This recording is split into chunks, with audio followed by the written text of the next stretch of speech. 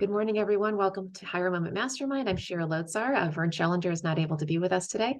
And for the last few minutes, before I started this recording, we've been going around the room here, finding out what folks are looking for. That's how I decided to start today. So what we're going to do now, actually, we'll go with Stephen. Stephen just returned. So we'll have Stephen share a little bit, and also Doreen. Hopefully Doreen can hear us now. And then we'll jump into questions. So Steve, just let us know what you're looking for.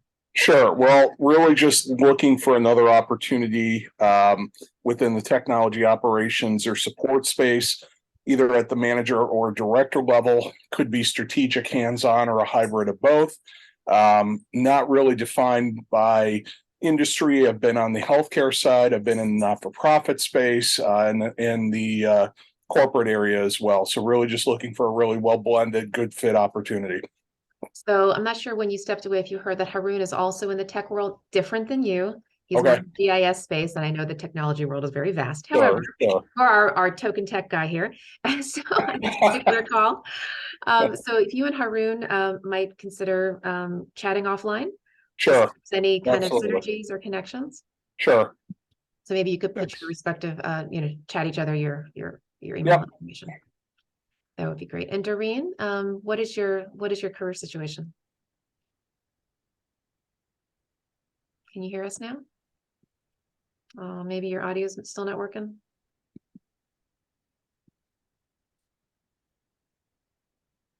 You can hear us, but we can't hear you. All right. Well, maybe you can. We'll keep going around. We'll keep the conversation going. But if you want to go ahead and maybe chat us what you are looking for, we're happy to keep you in mind. All right. So the way that we normally work this call is to have just job search questions. They could be about anything. Now, I realize, Carolyn and Wendy, you're in the I don't know what I want to be when I grow up kind of world. So your questions are going to be a little bit different. And again, something that I could potentially help you with offline. But if you have questions that are related more generally to the job search world in terms of how to handle recruiters, resumes, interviews, networking, anything of that nature, that's what I'm here to help you with, because my background is I'm both a recruiter and a career coach. So I see things from both sides of the hiring aisle and have, very vast experience in that whole sector. So any questions that you all have, Doreen, again, feel free to chat us.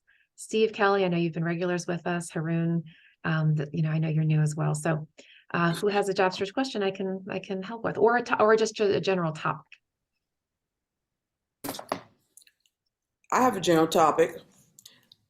Questions. This is Carolyn. Yeah. I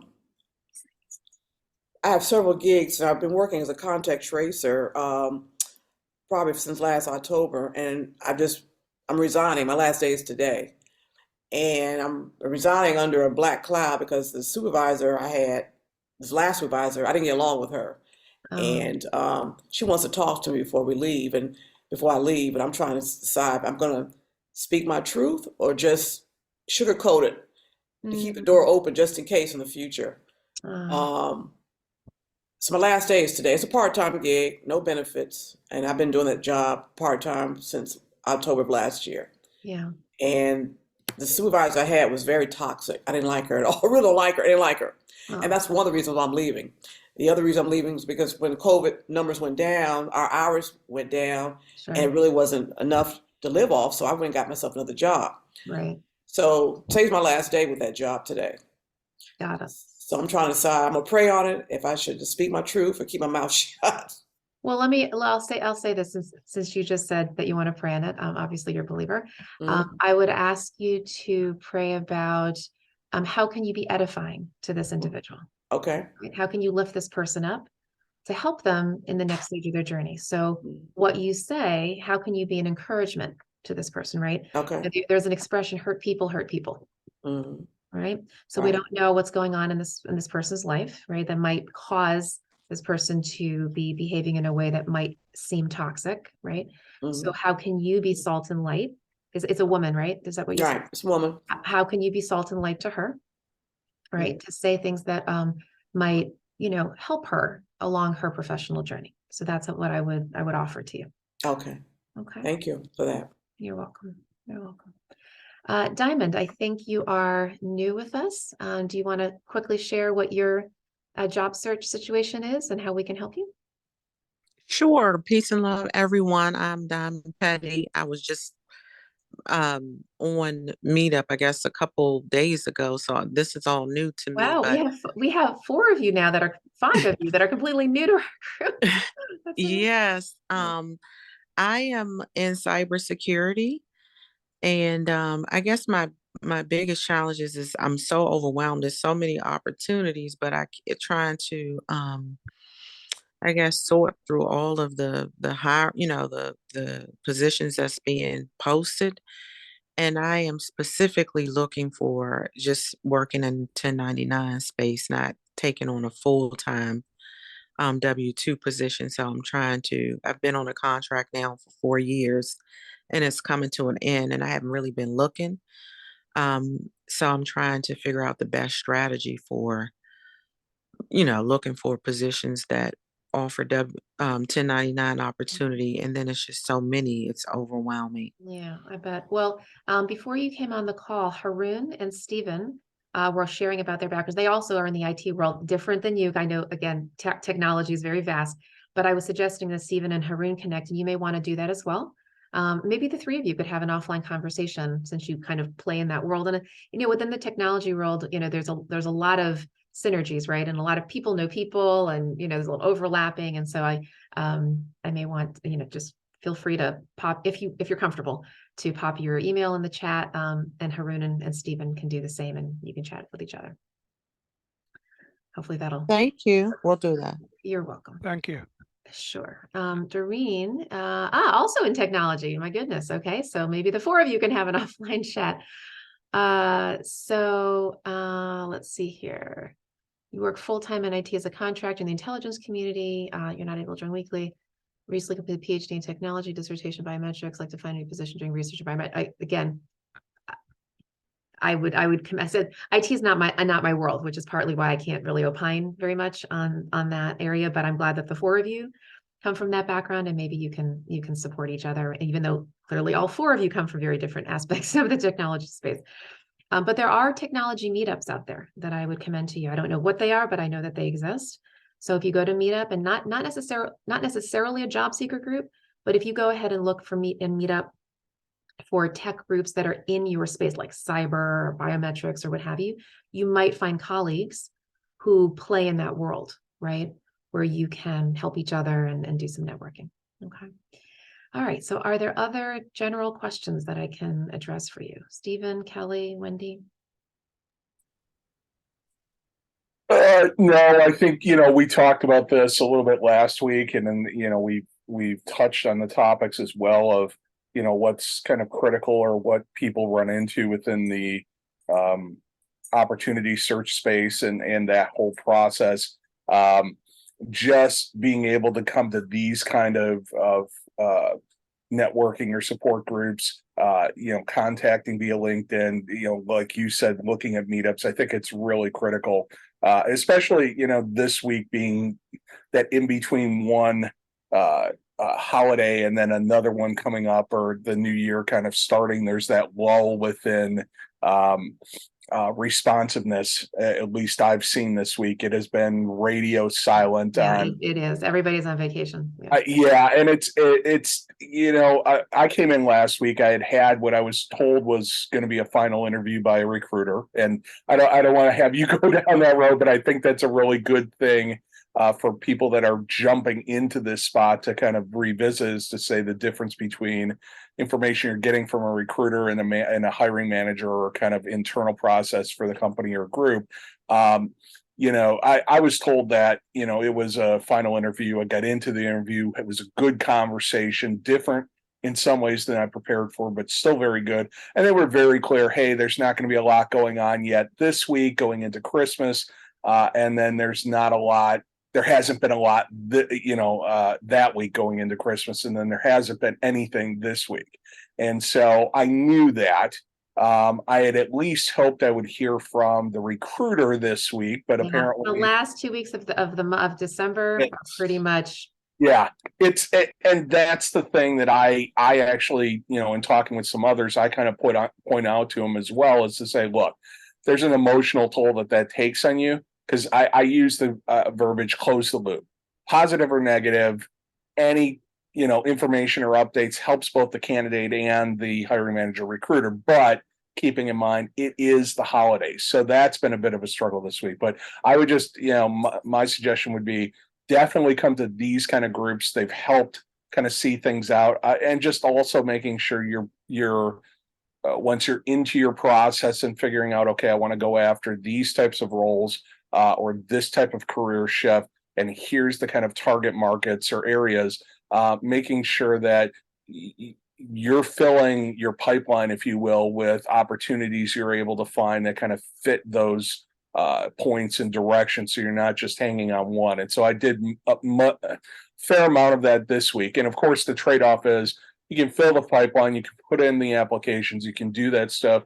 You're still in a holiday week, so don't expect to hear back about And it. I'd go one step further. Even though Yeah. next week people are supposedly back at work, pack your patience. Yeah. Okay?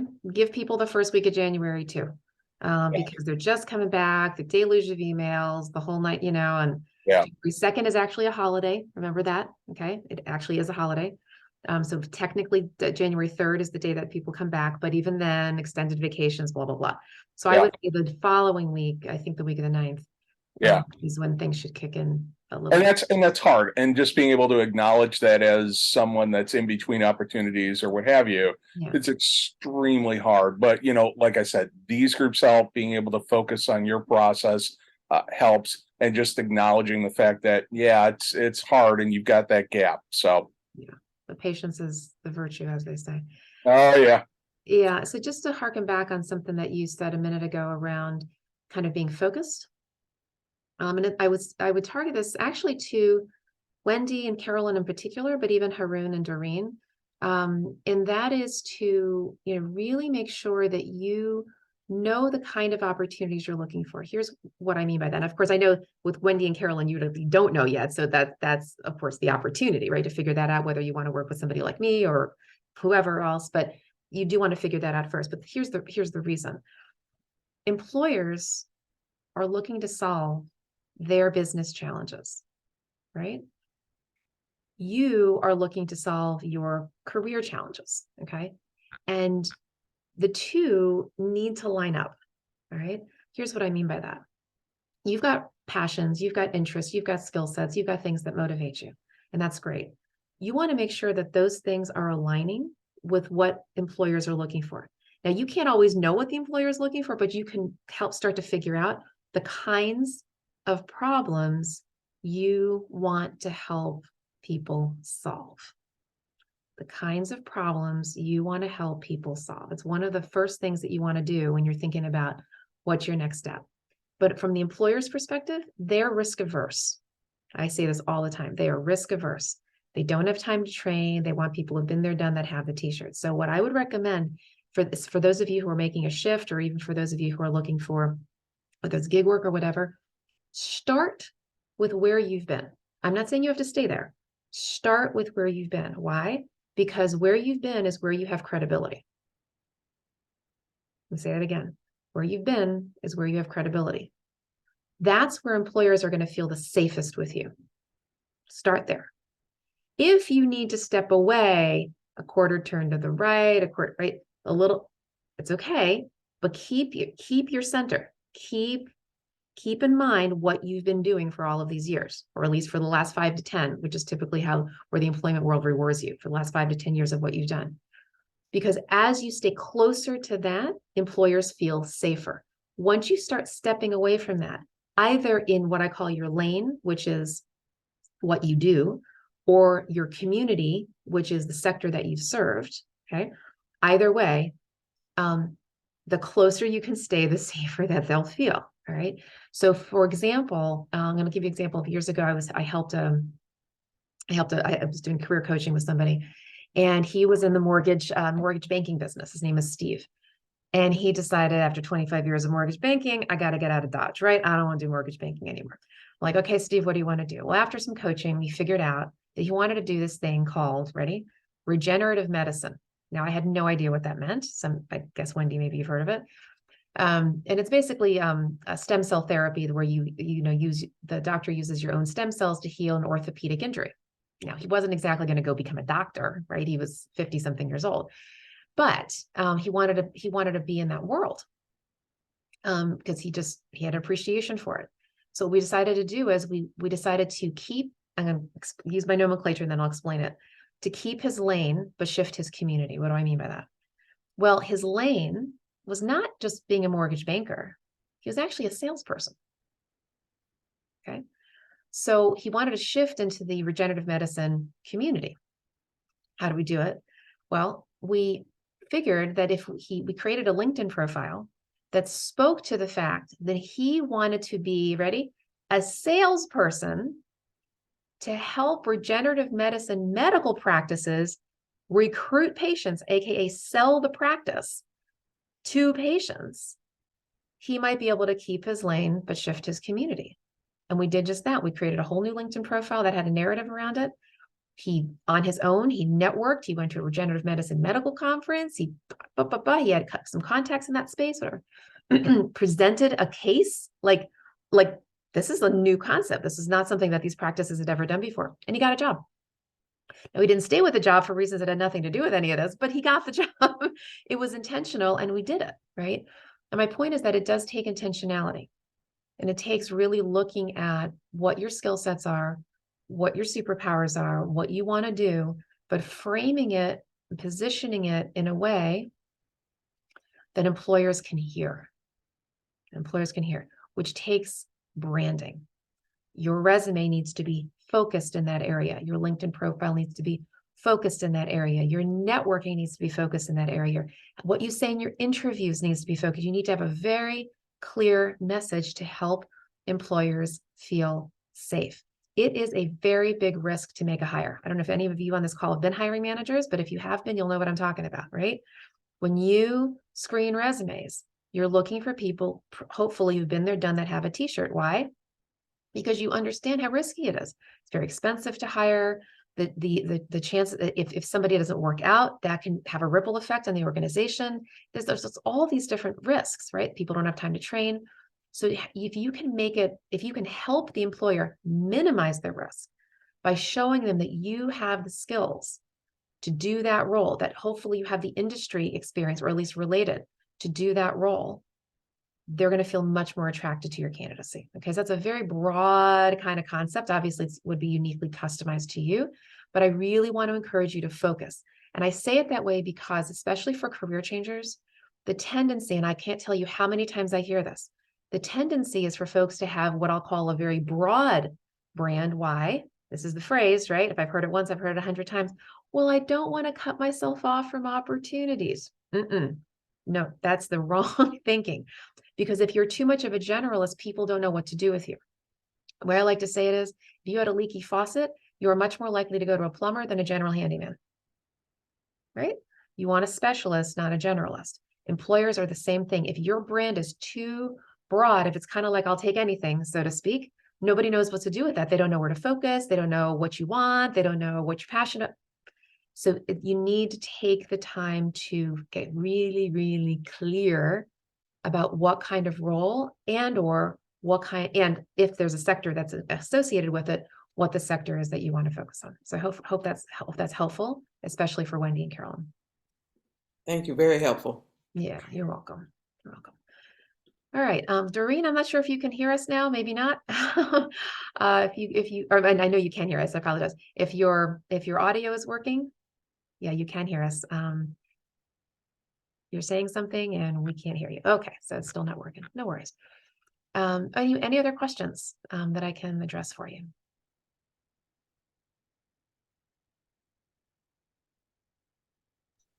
I'll make a comment. I've been rehabbing my knee since my full knee replacement last November 28th. So it's right now it's ridiculous numbers and all that, and I didn't take any pain meds, which is crazy. But now I just gotta start looking around for a job and all that stuff. But I gotta shave this off. So, but no, I've just been enjoying life and just doing a lot of rehab and all that. So I just get back on the bicycle and start looking. But yeah, that's what made just getting motivated. So, but my main thing right now is my health, and this I've been dealing with this thing for 38 years. So God bless you. yeah, so but it's all good. No, it's I don't know what I'd do without my wife of 21 years. So she's a godsend. So, Yeah. but anyway, so just gotta get motivated, and yeah, so that's why I'm here today, and shave this off today, and go from there. All right. Okay. So Doreen, let's see. Seeking, yeah. Yeah, being in the government contracting world can be a little bit challenging. Because there's an up and down, right, with the contract specs and winning and losing the contract. But and again, Haroon, Stephen, Doreen, I know Diamond keeps popping up on and off, but hopefully the four of you can connect offline. All right, other questions or Well, comments? I get one request. Oh. So I'm getting jerked around by Virginia unemployment, and my company told me to apply in Maryland, and my wages were earned in Virginia, and so I got to go back to Virginia, and I'm on an appeal process. And I talked to the VP of or HR of the last company I worked for, and she said they'll not contest it. But if I don't know anybody there in Virginia unemployment, it's just a dark hole. Mm. And I appealed for it 2 weeks ago, and it's just it's a joke. So, and again, when I applied in Maryland, as you know, I know Governor Hogan, and they jumped on it right away. And then they said, "Wow, this company blanked up. They never should have put your wages in Virginia, but it's too late now." And so, I actually talked to the VP of HR the other day, and I cleared some things up, and she says, "Let me see what I can do on reaching out to someone at the unemployment division." But it's a dark hole trying to get a hold of someone. It's sad. So if anybody knows someone, Virginia and all that, if I can send a letter or email and kind of go from there. But it's sad, Virginia. So, Yeah, anyway. I'm sorry that that's not my world. No, I know. No, I'm saying you never know. But anyway. All right. Doreen, your question is, you've been in the business over 20 years. Do you recommend taking security certifications? So while IT is not my specialty, what I can broadly suggest, and Steve, maybe you can chime in on this, is that in your world, certifications matter. They matter a lot. A lot of employers are looking for all those letters after your name. Now, which ones? You can research, and maybe Stephen and Doreen, you can have an offline chat around that. But and it's not about college degrees, it's about certifications. Those 3 or 4 letters, the more, I would say, the more you have, the better. It's specifically in IT. Yeah, I'll put 2 perspectives out there, one from my own and then one from a hiring manager hat. So certifications do matter. As a hiring manager, though, what I want to, or what I look for when somebody has a certification, is not just that they went, studied, and took the test, and I'll have a string of letters after their name. I really push somebody with the certification to help me see the connection between that certification and the work that they've done. Because there's a tendency within IT to think, oh, I can go get certified, therefore I am able to do X job.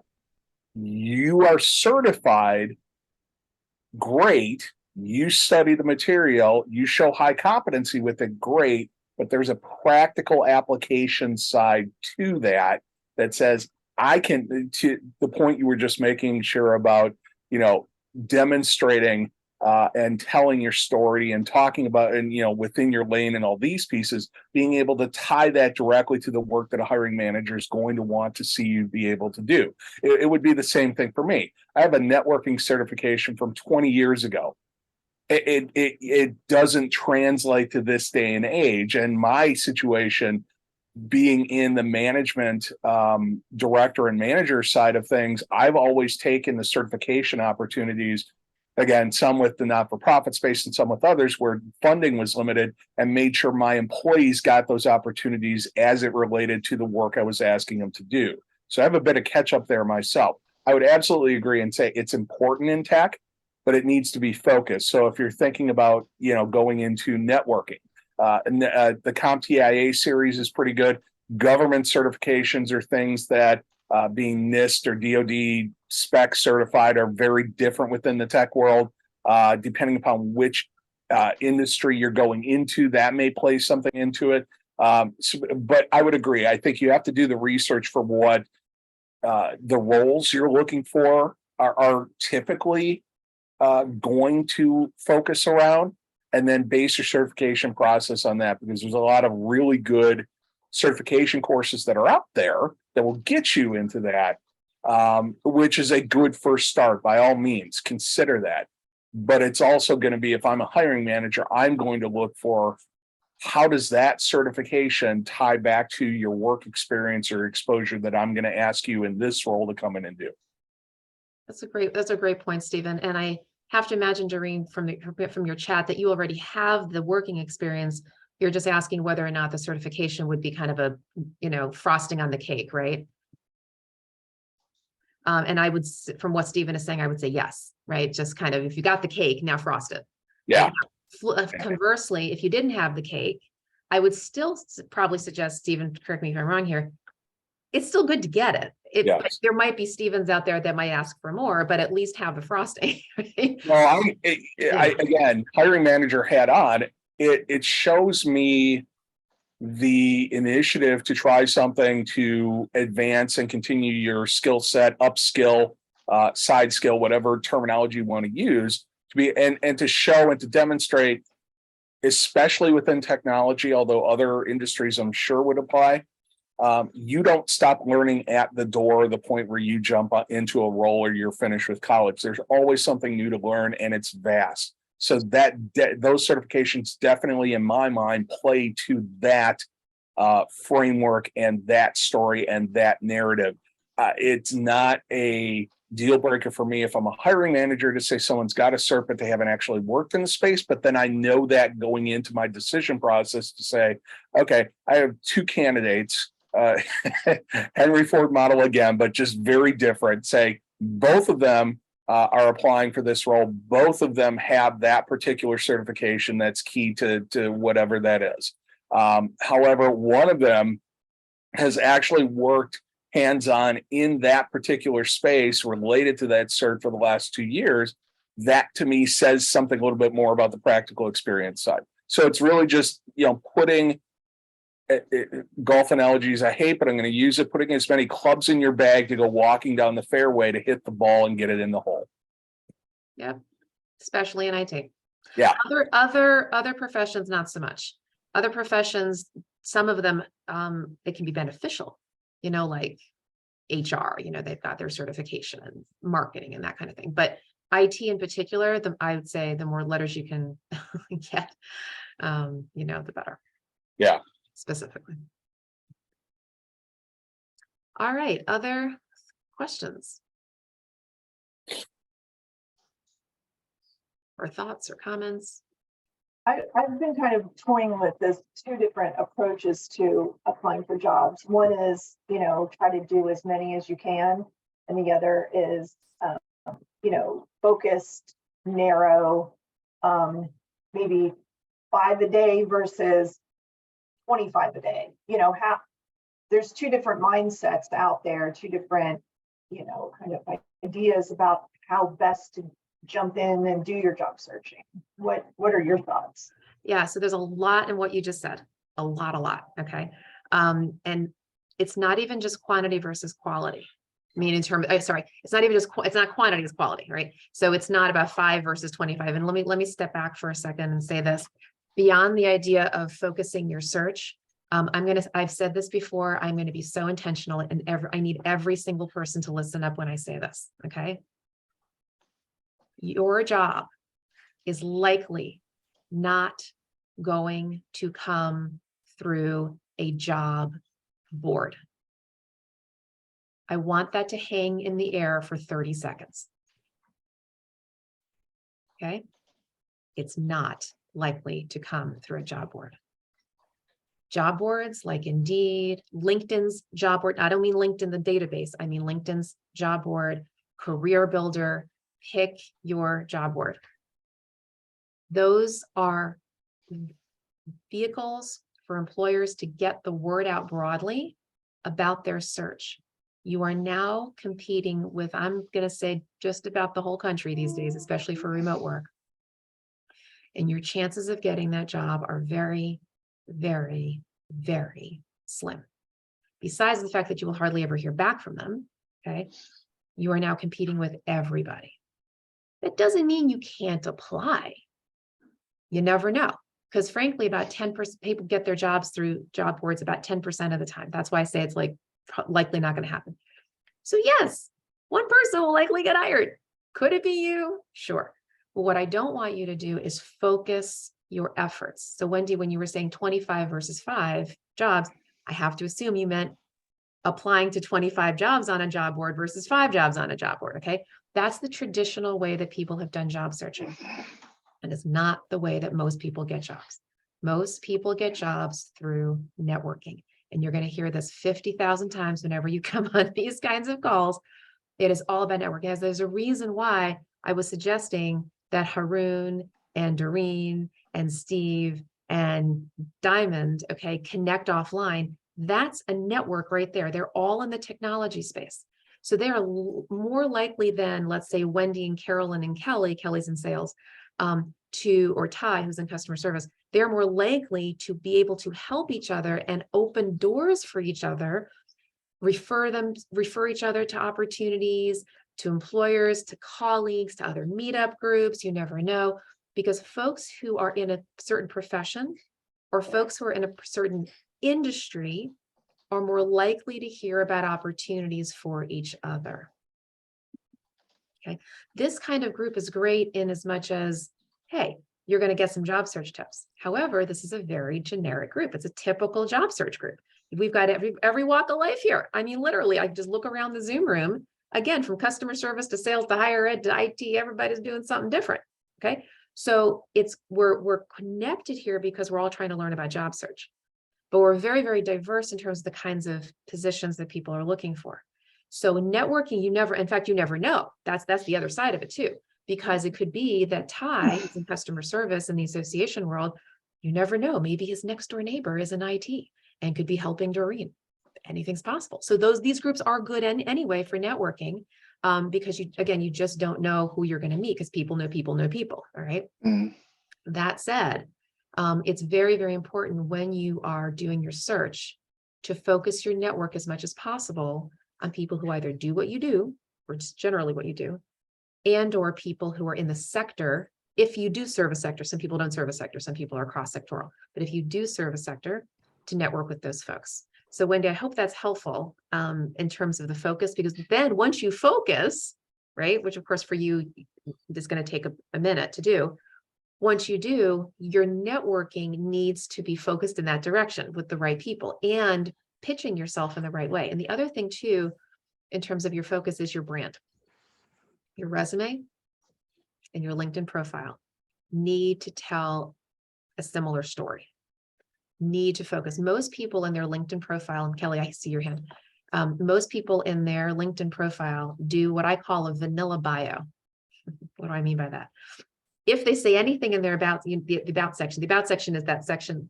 Some people don't even use it, but the about section is where you can kind of just talk about yourself. People who do write something in the about section often write something very, very generic. Maybe they'll have a little paragraph. I've got 25 years of experience doing ABC 1, 2, 3. That's not the way you want to use that real estate. You want your about section to be something that is compelling and that speaks to where you're going, not just where you've been. Speaks to where you're going, not just where you've been. And in my opinion, and I am a copywriter and I do write LinkedIn profiles, my perspective on that is that it should speak to the kinds of problems you help people solve in the world. Your superpowers, the problems you solve, who you solve it for, the way you solve it.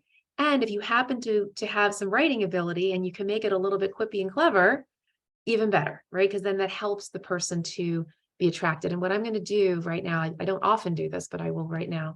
I'm actually going to show you a sample of the kind of profiles that I write, just to inspire you, if it's something that you think might be helpful for you. So I'm going to share screen here and show you an example of what I'm talking about. Okay. Okay, so this individual is an executive in the association nonprofit space. And this is what I wrote for her. Okay. So my passion is helping good associations become extraordinary. I'm an association leader who lives at the intersection of strategy and operations. When faced with blue sky opportunities for growth, I help boards turn their visions into realistic and scalable business models. In addition to my ability to listen for drivers of member value, my corporate background gave me a keen eye for marketplace economics and for propelling bottom line results. I'm all about connecting dots, whether maximizing revenue, leveraging partnerships, or building teams. My goal is to propel industries and professions forward. What I'm known for: tackling every challenge with one core question: how can we solve this? Leveraging our strengths to build capacity for sustainable long-term value. Improving existing products when we simply need a better mousetrap, not a bright, shiny object. Empowering smart people to develop metrics and milestones that turn theory into DONE, done. Outsourcing to vendors who have superpowers that we don't. Corralling the CFO, CTO, and CMO because finance, technology, and marketing are integral parts of success. My beliefs: every conversation is a good conversation. Knowledge empowers people to make great decisions.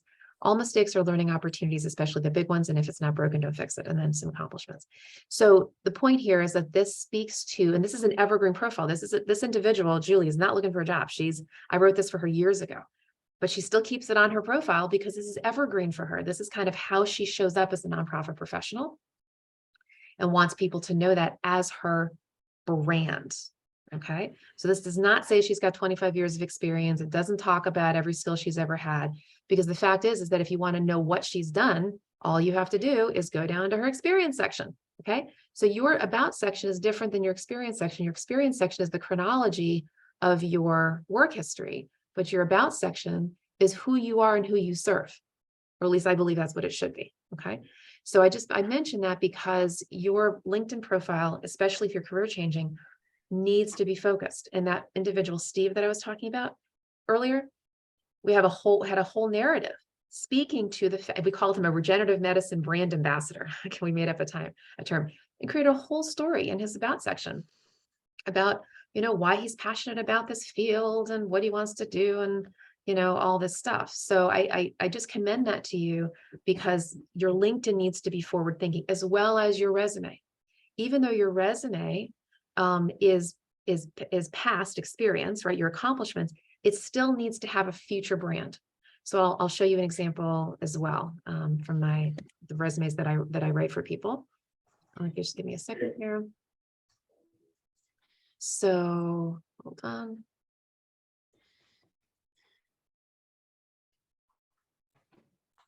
It's coming up. Okay, so this individual, this is a real resume, but a redacted information. Okay, so you'll see here, right, in this resume, we give a career title. Okay, and that career title brands the resume. It says to the employer, this is the kind of opportunity I'm looking for. Now, you can actually customize this for the specific job. Okay, so in her case, we say, nonprofit marketing communications leader. It could have been B2B marketing communications leader. It could be digital marketing. I get it, whatever. There's different ways to phrase this, but she would align this with the role. And this is another tip. Again, I want to let this one hang in the air. You absolutely must customize your resume for every single job. And you're saying to yourself, but that takes time, and I know, but it's worth it because the employer is expecting you to do it, and they've got hundreds of these resumes, and you need to make sure that what you're saying is going to catch their eyes in the 2 to 6 seconds. I'm not misspeaking when I say that. The 2 to 6 seconds it takes for them to scan your resume.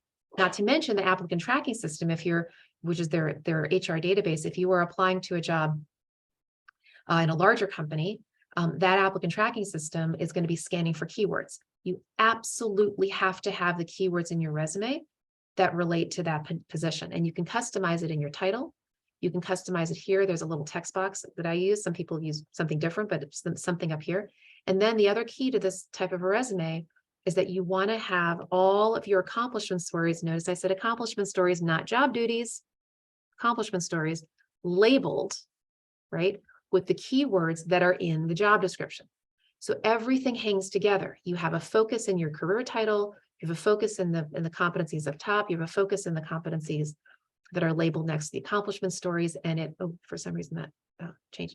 And everything that you do hangs together as a brand. And it says to the employer, hey, I am qualified for this role and I'm minimizing your risk. All right. So that's what I wanted to share with you in terms of the resume, and then the LinkedIn profile, and then the two of them need to hang together. So that's my very long speech around that. Okay, so Kelly and then Ty. I was trying to find your presentation on the hidden job market. Oh, sure. Let me pull that up. So I have a That will bunch. help out. Sorry. Sure. So I'm going to pull up my website here for everybody. Go to purposefulhire.com, and I'll put this in the chat. So under the job seeker tab, there's this tab that says Shira speaks to job seekers. And down here, excuse me, you'll see all of these. They're gray, but they're hyperlinked. These are videos that I've given to job seeker groups, presentations I've done. And the one that Kelly's referring to is called Accessing the Hidden Job Market. And it aligns with the tip I was giving earlier around networking with people who do what you do and are in your industry and all of that. So what I'll do is put this link in the chat so you can have access to all of these videos. They're all kind of 90 minutes and in length or so. This link using LinkedIn like a pro is a LinkedIn training, and that's about 2 hours. Okay, so you're welcome to all this. And for those of you who are transitioning into self-employment, I have an overview of that called Boomers Going Solo. And I have a free community service project that I run called Boomer Works. And it empowers professionals age 50 plus to re-career into self-employment. So we meet, I'm going to put this in the chat. We meet every month virtually, and we offer free educational programs. Okay. So you're welcome to avail yourself of that if you were in that category. Am I allowed to make a plug for two organizations? Please. Too? So the one of them is Career Network Ministry, CNM. Definitely recommend checking that out. They're doing both virtual and on and in person. It's in Vienna, Virginia, the McLean Bible Study. Great resources there. But the other one is Thursday nights. It's Bulletproof Your Career. Pat Romatelli. She's got over 500 people on the call every Thursday, and it's just a great resource, and highly recommend it. So great. That's Well, it. if you could put those two in the chat, Kelly, and then the other one, other couple that I would recommend, well, three I would recommend. So 40 plus, I think it's 40plusdc.org. Yeah, they meet every Monday night at 6 o'clock or 7 o'clock. They have a So that's presentation. one. Another one is Career Confidence. Robert Brandow. Robert Brandow. Career Confidence, and they meet on Saturday mornings, but they also have programs during the week. Yeah. And the last one is JCA. And Yeah. I gotta go. Kelly, would you do me a favor? Go find that one for me. Just do Career Gateway. Yeah. I actually took their courses. You took the course, that's right. If you could just put that link. Now that's the only one of those that charges, but a very nominal amount, $75. Yeah. Career Gateway is a week-long training. It's I think it's a Monday, Wednesday, Friday, Monday, Wednesday, if I'm not mistaken. Yeah. All every day other long, day. all those days. So for $75, you get all of that. And they give you a lot of material too for stuff. Yeah. Right. So that's a great thing. Especially they target the 50 plus community, but they're certainly. And one more that on every other Tuesday, Rob Jollis, Career Network Support, I think it is. Ty, I think it is. I'm not sure. He's with Career Network Ministry. Yeah. No. He's separate. Oh, this is his own thing. Yeah, 7:30 on Tuesday, every other Tuesday. Okay, good. So I'll find that too. So a lot of different opportunities for free that you can avail yourself of. And then, again, if you do want more customized support, I know there are a couple of people who didn't hear me say this, but I am a career coach. And I am, I do resume writing and LinkedIn's and job search strategies and interview tips and all that good stuff and networking, whatever. So if you do want something that's more formal, I'll put my information again in the chat. You're welcome to reach out and we can talk. And if I'm not mistaken, you do a 30-minute session for free, right? Yeah, if you want to do a 30-minute exploratory, just a chat to explore working together. I mean, in fact, I would do that anyway, right? Or at least 30 minutes to just sort of talk through. Yeah, but a lot of free resources out there as well. All right. So other questions, thoughts? Oh, Ty, you have a question. I just had comments. I just want to echo every resume. Yes, definitely customize. And definitely, I always put the title of the job right underneath my name. And I think that that works fairly well, because when they look at it and they say, oh, Ty wants to be a customer service support. And that kind of puts them in that frame of mind. Like, it also says that you took the time to probably customize the resume. And I also do, like Shira said, look for the keywords. I'll go to the point where I'll look at the keywords, and I'll actually put them in my resume, paste them in directly into my resume if it fits. I'm not going to lie, but if it fits, I will do that. I will put that in there. So customization is extremely, extremely important. And also in the letter itself, people say, oh, they don't read letters. Yes, I've heard many people, and I've gotten compliments on the letters themselves. Yeah, let's talk about cover letters for a minute. Thanks for bringing that up, Ty. So here, I'm gonna make the same statement twice, but I'm gonna put different emphasis on the statement, okay? So cover letters are only read 2% of the time. However, cover letters are read 2% of the time. So you never know if that employer is going to be the part of the 2%. So if you're going to write a cover letter, write it well. Customize it. Speak to the mission of the organization. Speak to the role. Show how your qualifications meet their requirements. Right? In fact, there's a table, and I think, Ty, you use this, where you can have like your opening little couple paragraphs around why you're interested in the role. And then you can have a table. This is the simplest thing to do. Literally, table with 2 columns. Your requirements, my qualifications. Boom, boom, boom. It shows you're thoughtful. It shows you're customizing. It shows you're interested in this role. You've taken the time to not just write something generic, but something that's highly specific. Okay. So highly recommend that you, again, focus on why this role, why this organization, and then how your qualifications match. All right, Kelly. Oh no, my name was. I gotta take it down. My bad. No worries. And Ty, and do you have I would say also be highly transparent in your letter why you want the job.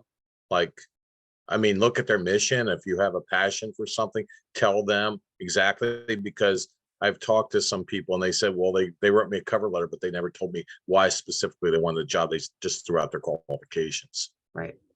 Yeah. Yeah. You got to really show people, again, these employers, I keep saying it, they're risk averse, and they got a lot of candidates often for these jobs. You've got to show them why you for them. You don't want to just randomly send stuff out. Things have got to be customized and tailored. Yeah, I guess, I've found these jobs that I feel like are just great fits, and I've done the word clouds, and I found those keywords, and I've built those in, I've woven them in meaningful ways, and spent the time on the cover letter. I've done all that so many times. Does your background match the role though? Yeah, because see, I work in learning and development, right? I'm an educator, I'm higher ed, I work with adults, and so pretty much every private sector, even nonprofit, is going to have a learning and development piece to either, Did you brand yourself as a learning development leader? Yeah. Okay. So the last thing that I'm going to mention here, I'm sorry I didn't do this so far. So it's not only about branding and all that. It's about finding an internal champion. Okay.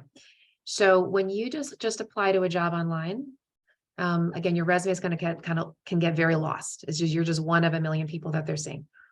If you can find somebody to champion your candidacy internally, that can go 75% of the way to getting you an interview. And one of the best ways to do that is to put the name of the organization into LinkedIn. In fact, I'm going to pull this up right now.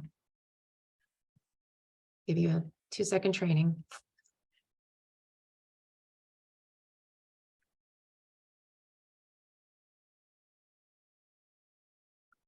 Okay, so let's say, I don't know why, but for some reason I just use the American Red Cross as my my go-to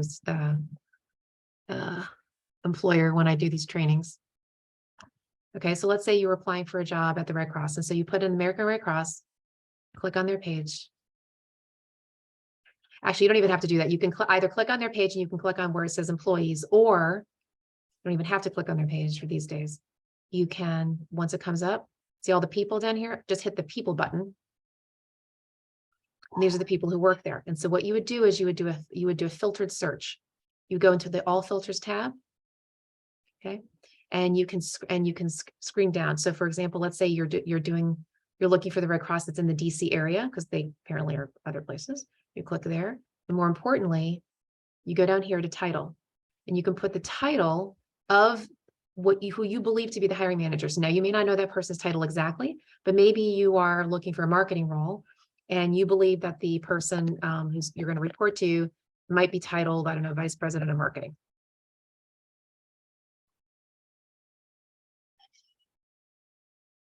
Okay, so it's a large organization. They got a bunch of people who are, titled that, but let's just say you figure out that, I don't know, you're going for the consumer marketing, manager job, right? So Jennifer is likely the supervisor. So you click on her profile now, and thankfully in her case, she is my second level contact, which means that's a great picture.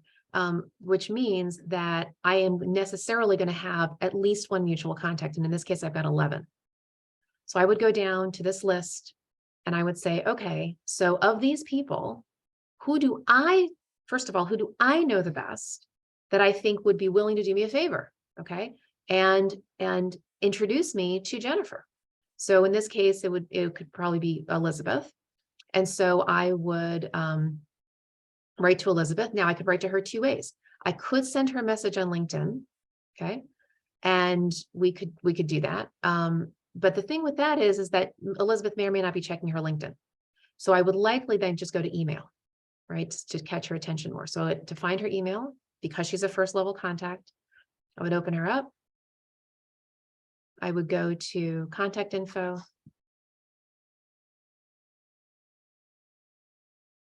And here we go. Okay, so her email's here. Now, I will say that most people have their personal address. She happens to have her business address. That's probably because she's a recruiter. But normally it's a Gmail, but that's all right. You can write to people through their email and I would say, hey, Elizabeth, I hope all's well. I noticed on LinkedIn that you're connected to Jennifer so-and-so. I am applying for the ABC position. It looks like she might be the hiring manager, or at least she's in that department. Would you consider forwarding my resume to Jennifer for extra consideration? For extra consideration, that's the phrase that you want to use. Okay. Now, you may not be able to figure out who the hiring manager is, which is fine, but at least if you can find somebody there who is a second level connection to you, where you can leverage a first level, it can help. I will tell you, there's a woman on this call who's regular. She's happens not to be here today, and she wrote me offline, and she said, "Hey, Shira, I'm applying for this job or actually, she actually had applied. She actually had interviewed. It's a whole thing, but whatever. She was applying for a job at ABC Association. She noticed that I was connected to somebody there. Okay, a woman named Marisol. And this Marisol person has nothing to do with the department that she was applying to. But it happened to be that I'm connected to Marisol, and this woman on this call is connected to me, right? She knows me, and she knows that I would do her a favor. So I reached out to Marisol. I said, hey, Marisol, here's this colleague situation. I said, there was a specific question that this person had on this call. And she said, I said, would you be able to find this out? And Marisol took the time. And frankly, I didn't even really know Marisol. Marisol and I were just open networkers. I just asked for a favor. I said, my colleague had this situation with this job. Can you find out ABC? Marisol took the time and figured out what was going on and wrote me back. And now the person on this call has more information than she did before. Okay. You never know how people can help you. So again, look for the person who's a mutual connection. See if that person would broker an introduction, help you find out more information, somehow get your candidacy championed internally Monday. So that could be the next step for you, is going beyond the job boards and going job by job by job and seeing, do you have hopefully a first level connection, but at least a second level where there's a mutual. Now, third levels don't do you much good because LinkedIn never tells you who the mutual connection is with a third level. They'll only do that with a second level. Okay, hopefully that helps. Okay. Ty? I've gone to a number of online meetings with in my field and associations, and I've connected that way. I'm surprised at the number of people that say yes. And recently I went to one and connected with this woman, and she said, oh, by the way, we have an employee referral program. Go on there and look and see if there is any jobs you're interested in. and let me know. So I did that, and she is going to refer me in. And the point is I don't know this woman except through that call. Right. So you do not need to know people real well. They just Necessarily, need to know yes, your some- face. Right. Sometimes people are just open to helping just because they're open to helping. Especially these days, right? A lot of people do this kind of thing with asking for referrals and contacts. Yeah, in my network, I've got people I've reached out to that someone in my network is looking for a job. I said, send me a message and I'll send an email to these people. And 9.99% of the time, people will help out. Yep. Yeah, People and are it's much just, more helpful than we give them credit for. yeah, no, and then some people will blow you off, will give you the Heisman. That's but all right. majority, yeah. Oh no, that's fine. No, Never it's know. Yeah. cool. Yeah. But you just got to really think the kindness of people. And then, you know, as I tell people, I'll help anybody in my network. I've got over 18,000 people on LinkedIn. And I'm not shy about helping people out because people have done anything for me personally and professionally. So Yeah. Anyway. All right, Ty? As it turned out, this woman shared with me she had just been through a job search and she knows what it's like, and tried to encourage me and be positive. And so most people you talk to have been through a job search at some point in their life, so they know what it's like. That's right. That's right.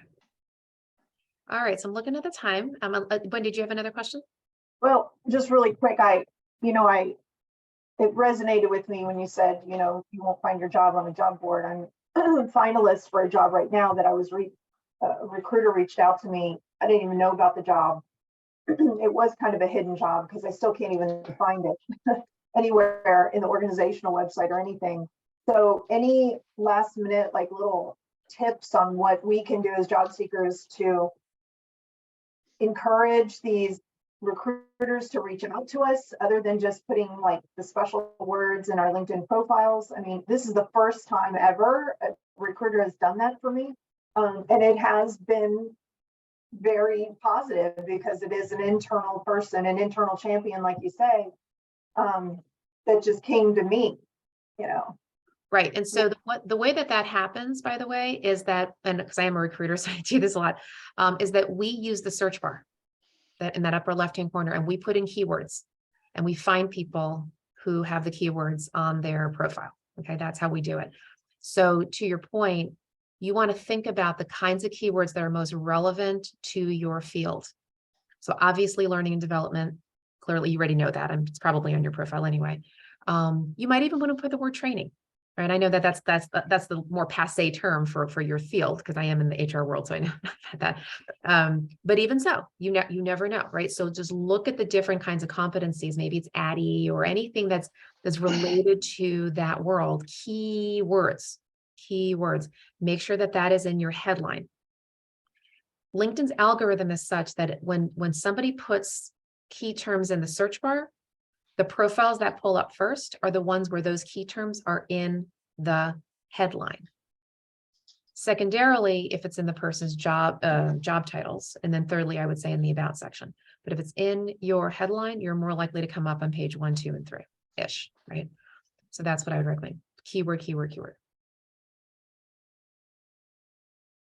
All right, so I'm looking at the time here. We're going to go ahead and wrap up. For those of you who are new, just letting you know that once I stop the record here, I will stay on for a few minutes for a short prayer call. Okay, so for those of you who are interested in some prayer, I do a short call and happy to have you on the call. All right, so we'll go ahead and wrap up here and say Happy New Year. God bless you, and look forward to seeing you all next Friday. All right, so stay tuned.